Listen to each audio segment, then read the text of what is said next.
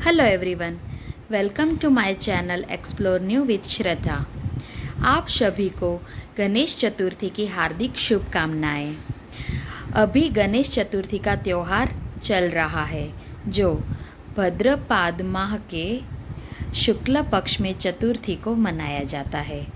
गणेश चतुर्थी हम गणेश जी के जन्म के उत्सव के निमित्त से मनाते हैं।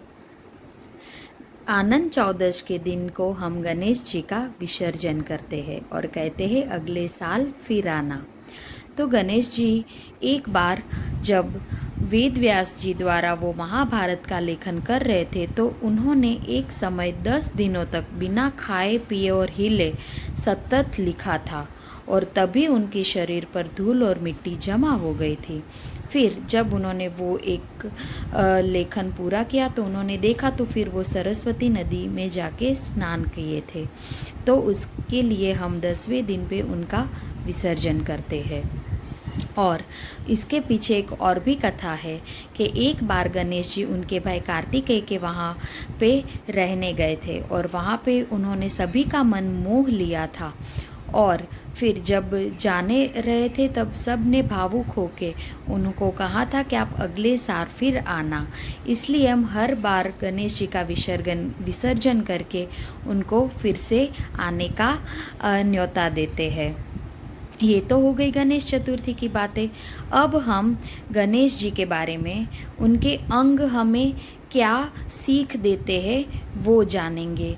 वैसे तो गणेश जी बुद्धि और ज्ञान के देवता है, पर उनके अंग भी ज्ञान का भंडार है। उनका एक एक अंग हमें कुछ ना कुछ नई सीख दे जाता है।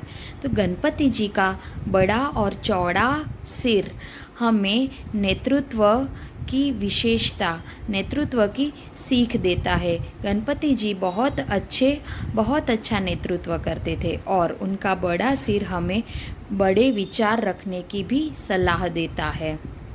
फिर गणपति जी की छोटी और सूक्ष्म आंखें हमें दीर्घ दृष्टि का सूचन करती है कि हमेशा लंबा सोचो और सोच समझकर देख परख के ही उसका फैसला लो, वो हमें सूचित करती है।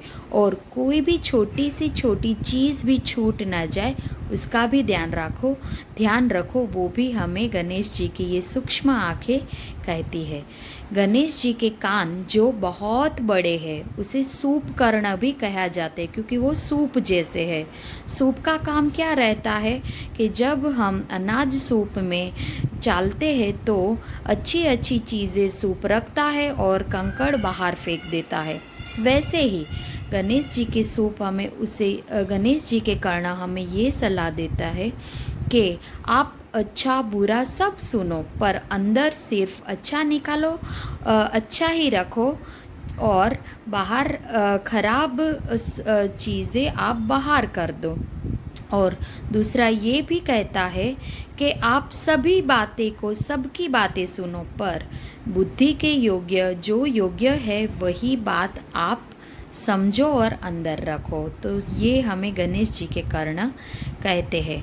फिर गणेश जी की लंबी सक्रिय सूंड जो हमेशा हिलती डुलती रहती है वो कहती है कि आप हमेशा सक्रिय रहो, दक्ष रहो और अपने जीवन में सक्रियता से काम करके आगे बढ़ो, वो हमें सलाह देती है, सीख देती है। फिर गणेश जी का बहुत बड़ा पेट और गणपति जी को हम लंबोदर भी कहते हैं, जो उदर हमेशा अच्छी बुरी सारी बातें पचा जाता है। गणेश जी सारी बातों को पचा सकते थे, अच्छी या बुरी, तो वो हमें अच्छी बुरी सारी बातें को पचाने की सीख देता है। गणपति जी के हाथ जो चारों भुजा है उसमें दोनों हाथों में पाश है, एक हाथ में लड्डू है और एक हाथ में आशीर्वाद दिया हुआ है।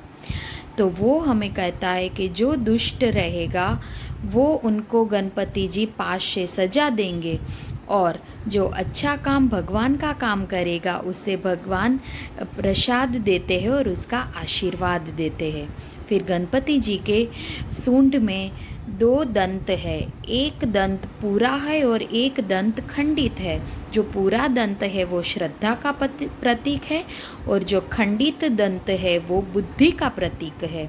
तो वो हमें क्या सलाह देता है कि कोई भी कार्य शुरू करने में आपकी श्रद्धा 100% 100% होनी चाहिए।